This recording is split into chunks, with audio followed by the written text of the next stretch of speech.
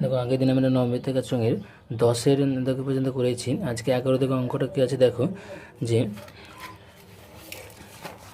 9 metre উচ্চতা বিশিষ্ট একটা লম্ববৃত্তাকার চঙাকৃতির ট্যাঙ্ক জলপূর্ণ আছে। 6 সেমি দৈর্ঘ্যের ব্যাসের একটা পাইপ দিয়ে 9 মিনিটে 225 মিটার বেগে জল বের হয়, তাহলে 36 মিনিটে ট্যাঙ্কের সমস্ত জল বেরিয়ে যায়। ট্যাঙ্কটির ব্যাসের দৈর্ঘ্য কত হিসাব করি। তাহলে আমি দেখো অঙ্কটা করি। দেখো এটার জন্য জলের ট্যাঙ্কে আমি 9 মিটার হাইট আছে, আর আমি ধরে নিচ্ছি ব্যাসার্ধ আর। তাহলে কি জলের টোটাল আয়তনটা আমি পেয়ে যাবো, তাহলে পাই আর স্কয়ার এইচ এই সূত্র দিই। এবার দেখো যে পাইপটা দিয়ে জল বের হচ্ছে, যে পাইপের ব্যাসার্ধ কী বলা আছে দেখো, পাইপের ব্যাসার্ধ বলা আছে 6/2, মানে ব্যাস বলা আছে 6 সেমি, তাহলে ব্যাসার্ধ 3 সেমি। তাহলে আমি এখানে ডেসিমি করে নিচ্ছি 3/10 ডেসিমিটার। তাহলে 1 মিনিটে পাইপ দিয়ে জল বের হবে, আমরা কি বলতে পারি, যেটা পাই আর স্কয়ার এইচ সূত্র ধরে, তাহলে পাই দেখো আর স্কয়ার 3/10 আর স্কয়ারটা করেছি, আর এইচ দেখো এটাকে মিটার আছে 225 মিটার আছে, তাহলে আমি ডেসিমিটার করে দিচ্ছি 2250। তাহলে এবার টোটাল কত হবে দেখো, তাহলে কাটাকাটি করলে এটা 3 একটা 10 কেটে গেল, 2 5 দিয়ে কাটবো, তাহলে 5 4 20, 5 5 25। তাহলে টোটাল থাকছে 22 ইন্টু 9 ইন্টু 45 22 7 দুগুণে 2 7 14। এটা হচ্ছে ঘন ডেসিমিটার, এই ঘন ডেসিমিটার, হ্যাঁ ডেসিমিটার। তাহলে এবার দেখো কী বলেছে, যে 36 মিনিটে সমস্ত ট্যাঙ্কের জল শেষ হয়, তাহলে ট্যাঙ্কের মোট জল কত, অতএব ট্যাঙ্কের মোট জল সমান 36 ইন্টু এইটা 22 ইন্টু 9 ইন্টু 45/14, এইটা এত ঘন ডেসিমিটার, অর্থাৎ এত ঘন ডেসিমি সমান, তাহলে 36 ইন্টু 11 ইন্টু 9 ইন্টু 45/7 ঘন ডেসিমিটার। দেখো জলের ট্যাঙ্কের উচ্চতা সমান 9 মিটার সমান 90 ডেসিমিটার, আর আমি ব্যাসার্ধ ধরেছি আর। তাহলে জলের ট্যাঙ্কের আয়তন সমান কত, পাই আর স্কোয়ার এইচ, তাই তো, ইন্টু 90, তাহলে 90 ইন্টু 22/7 ইন্টু আর স্কোয়ার ঘন ডেসিমি। এবার প্রশ্ন অনুসারে আমার কী হচ্ছে, এই দুটো সমান হবে, প্রশ্ন অনুসারে কোনটা সমান হবে দেখো, এটার সঙ্গে টোটাল হচ্ছে এই যেটা পেলাম, এই দুটো সমান, টোটাল ট্যাঙ্কের জল এটা আর ট্যাঙ্কের আয়তন এটা, তাহলে 90 ইন্টু 22/7 ইন্টু আর স্কোয়ার সমান কত, 36 ইন্টু 11 ইন্টু 9 ইন্টু 45/7। তো দেখো 7 7 বাদ দিয়ে দিচ্ছি, দেখুন 11 দুগুণে 22 বাদ দিচ্ছি, এখানে 45 দুগুণে 90 বাদ দিচ্ছি, তাহলে টোটাল হচ্ছে 4 আর স্কোয়ার, আবার কাটাকাটি করবে ইজিক্যাল টু, দেখো 36 ইন্টু 9/7 চলে গেছে, 45 সালে 36 ইন্টু 9, তাহলে এবার দেখো 4 9 36 বাদ দেবো, তাহলে আর স্কোয়ার ইজিক্যাল টু 4 আর 9, তাহলে 9 ইন্টু 9 সমান, তাহলে আর স্কোয়ার ইজিক্যাল টু 9 স্কোয়ার, তাহলে আর ইজিক্যাল টু 9।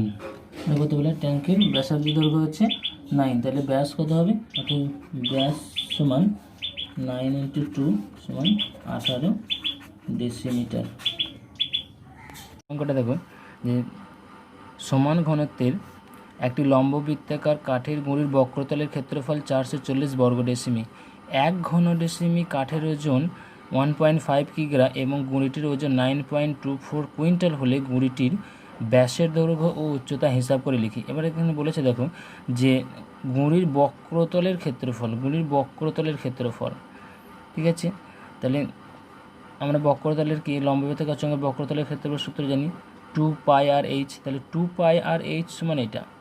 আবার বলেছে 1 ঘন ডেসিমি কাঠের ওজন এত কিগ্রা এবং টোটাল গুঁড়িটার ওজন বলে দিয়েছে এত, তাহলে আমি এখান থেকে কি বলতে পারি, যে ওই গুঁড়িটার আয়তন কত আমি বার করতে পারবো, যে টোটাল আয়তনের সঙ্গে 1 ঘন ডেসিমিটার যেটা ভাগ করলে আমি টোটাল আয়তন পেয়ে যাব।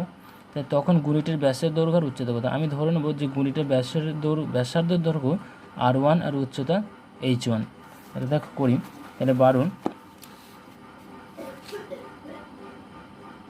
দেখো তাহলে আমি ধরে নিচ্ছি গুণিটের ব্যাসার্ধ হচ্ছে R1 ডেসিমি আর উচ্চতা হচ্ছে H1 ডেসিমি। তাহলে আয়তন কি বলতে পারি, পাই R1 স্কোয়ার H1 ঘন ডেসিমিটার, এখন সূত্রের সাহায্যে। এবার কি বলা আছে অঙ্কটা, যে 1 ঘন ডেসিমিটার কাঠের ওজন 1.5 কিগ্রা। তাহলে আর গুঁড়িটার টোটাল ওজন, গুঁড়ির ওজন কত, 9.24 কুইন্টাল। তাহলে এটা কি লিখতে পারি, 924 কিগ্রা, তাই তো। তাহলে 1 কুইন্টাল সমান 100 কেজি, তাহলে 924 কিগ্রা। তাহলে 1 ঘন ডেসিমিটার, 1 ঘন ডেসিমি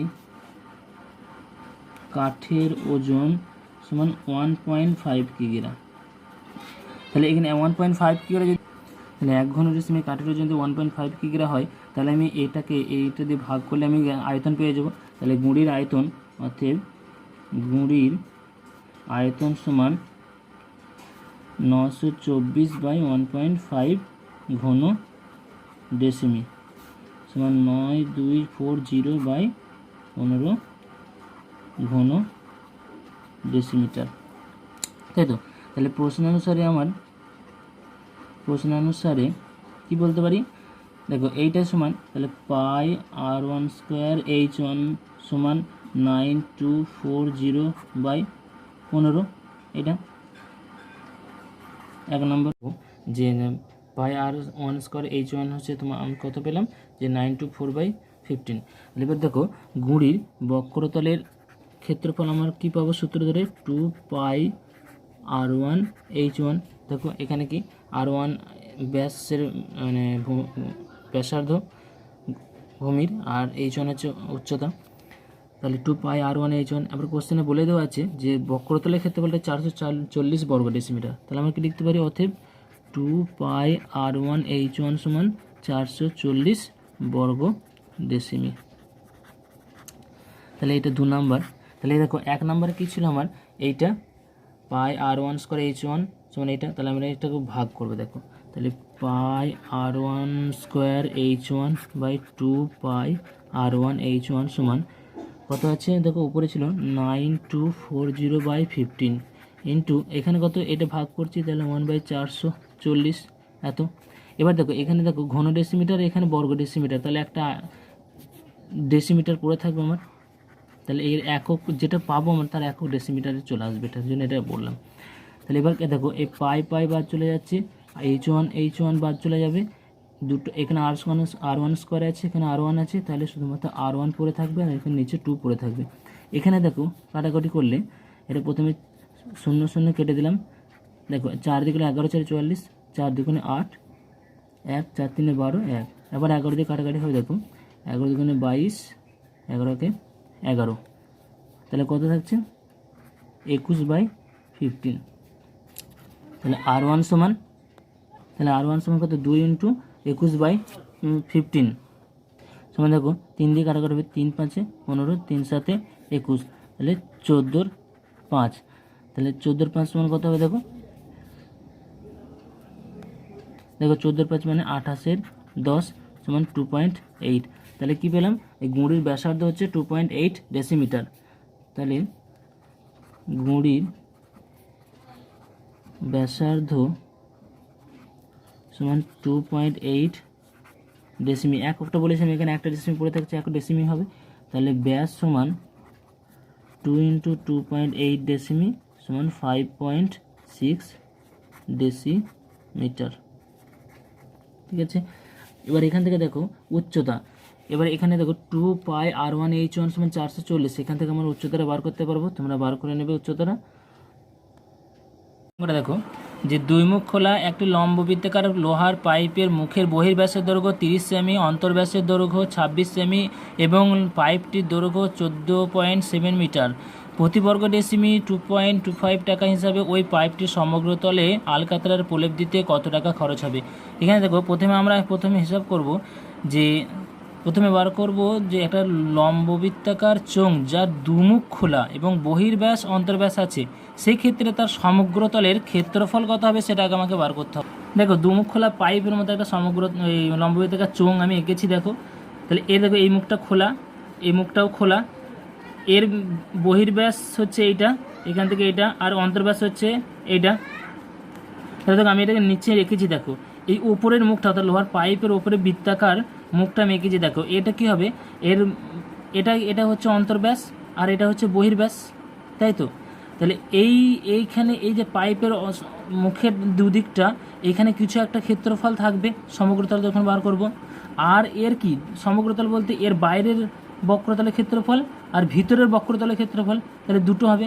আমরা জানি বক্রতলের ক্ষেত্রফলের সূত্র কি, যদি আমি ধরে নিচ্ছি ভিতরেরটা R1 ব্যাসার্ধ আর বাইরেরটা R2, তাহলে ভিতরের সমগ্রতলের ক্ষেত্রফল কী হবে 2πr1 h হচ্ছে উচ্চতা আর বাইরের হচ্ছে 2πr2 h। তাহলে এই বক্রতল দুটোর ক্ষেত্রফল কত হবে, তাহলে বক্রতল দুটির ক্ষেত্রফল দেখো একটা কি 2πr1h আর একটা 2πr2h। তাহলে r1h হচ্ছে ভিতরের বক্রতলের ক্ষেত্রফল, এইটা ভিতরের বক্রতলের ক্ষেত্রফল, আর 2πr2hটা হচ্ছে বাইরের বক্রতলের ক্ষেত্রফল। তাহলে 2πh কমন নিলাম, r1 প্লাস r2 বর্গ একক। এবার দেখো এই যে মুখের অর্থাৎ দুমুখ খোলা পাইপের দুই মুখের যে বৃত্তাকার অংশটা পড়ে থাকছে এর ক্ষেত্রফল আবার আমি পাবো, কারণ ওটা একটু লেয়ার আছে অর্থাৎ r1 মাইনাস r2। তাহলে এটা কী হবে যে টোটাল বাইরের ক্ষেত্রফলটা থেকে ভিতরের ক্ষেত্রফলটা বিয়োগ করলেই আমি এই অংশের ক্ষেত্রফল পেয়ে যাব। তাহলে বৃত্তাকার মুখের ক্ষেত্রফল কত হবে πr2 square minus πr1 square. তাহলে πr2 square minus r1 square. তাহলে এইটা হচ্ছে এই মুখটার ক্ষেত্রফল। তাহলে দুদিকে থাকবে, তাহলে দুদিকের বৃত্তাকার মুখের ক্ষেত্রফল সমান 2πr2 square minus r1 square. তাহলে সমগ্রতলের ক্ষেত্রফল কত পেলাম, সমগ্রতলের ক্ষেত্রফল দেখো এই বক্রতল দুটোর ক্ষেত্রফল যোগ করলাম, তার সঙ্গে এই যে দুদিকে বৃত্তাকার মুখের ক্ষেত্রফল করলাম, তাহলে এটা যোগ, তাহলে টোটালটা হচ্ছে সমগ্রতলের ক্ষেত্রফল। অঙ্কটায় দেখো যে পাইপের অন্তর্ব্যাসার্ধ r1 বলেছে 26/2 হবে, 26 ব্যাস বলেছে, তাহলে 26/13 সেমি। তাহলে আমি ডেসিমিতে করতে গেলে কি 1.3 ডেসিমিটার। আর বহির্ব্যাসার্ধ, তাহলে বহির্ব্যাসার্ধ দেখো 30/2, কারণ বহির্ব্যাস বলেছে 30 সেমি, তাহলে 30/15 সেমি, তাহলে 1.5 ডেসিমিটার। তাহলে পাইপটির দৈর্ঘ্য, এবার দেখো পাইপটার দৈর্ঘ্যটা আমার কি হাইট হবে উচ্চতা, তাহলে 14.7 মিটার, তাহলে 147 ডেসিমিটার হবে। এবার দেখো সমগ্রতলের ক্ষেত্রফল আমরা তাহলে বার করেছি আগে, কি বার করলাম যে 2πh r1 প্লাস r2, r1টা কী বলেছিলাম অন্তর্ব্যাসার্ধ, r2 হচ্ছে বহির্ব্যাসার্ধ, আর 2πr2 square minus r1 square. তাহলে এখানে দেখো আমরা সূত্রটা বসিয়ে দেবো, তোমরা অঙ্ক করার সময় সূত্রটা মনে করার দরকার নেই, জাস্ট সূত্রটা বসিয়ে দেবে যা আমরা জানি বলে। এবার সূত্রটা লিখবে সমগ্রতলের ক্ষেত্রফল সমান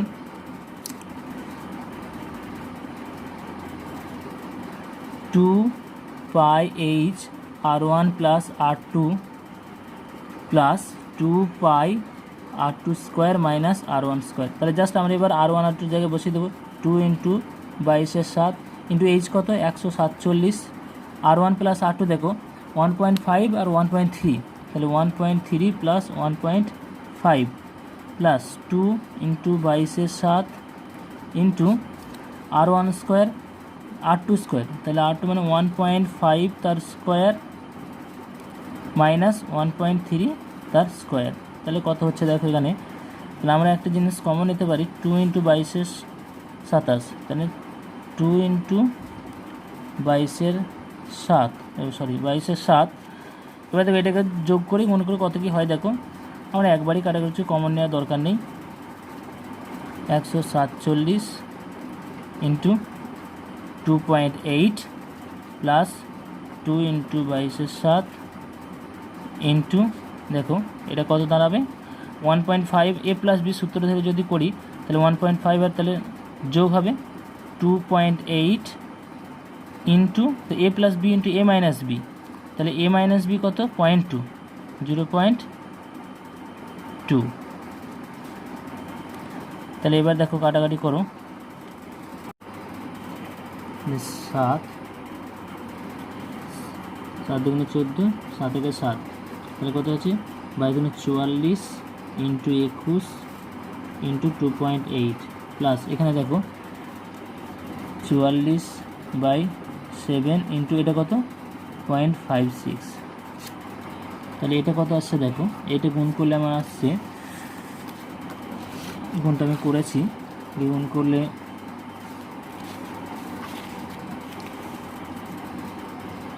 2.87.2 প্লাস এটা দেখো 7 8 56, তাহলে 0.08, তাহলে 44 ইন্টু 0.08 সমান, তাহলে 2587.2 প্লাস এটা গুণ করলে দেখো আসবে 3.52, তাহলে এই দুটো যোগ করছি, তাহলে টোটাল যোগ করলে 2590.72, তাহলে সমগ্রতলের ক্ষেত্রফল কত পাচ্ছি, সমগ্রতলের ক্ষেত্রফল পেলাম 2590.72 বর্গ ডেসিমিটার। তাহলে এবার কি অঙ্কটা বলেছে দেখো যে 1 বর্গ ডেসিমিটারে 2.25 টাকা খরচ হচ্ছে, তাহলে আলকাতরা উপলব্ধিতে 1 বর্গ ডেসিমিটারে যদি 2.25 টাকা খরচ হয়, তাহলে টোটাল কাছে 2590.72 এত টাকা, তাহলে এত বর্গ ডেসিমিটার, তাহলে এত বর্গ ডেসিমিটার খরচ হতে কী হবে, তাহলে জাস্ট এর সঙ্গে গুণ হয়ে যাবে, তাহলে এই গুণটা করলে দেখো 5829.12 আসবে, তাহলে টোটাল খরচ হচ্ছে কি আলকাতরা উপলব্ধিতে আমার পাইপটার খরচ 5829.12 টাকা।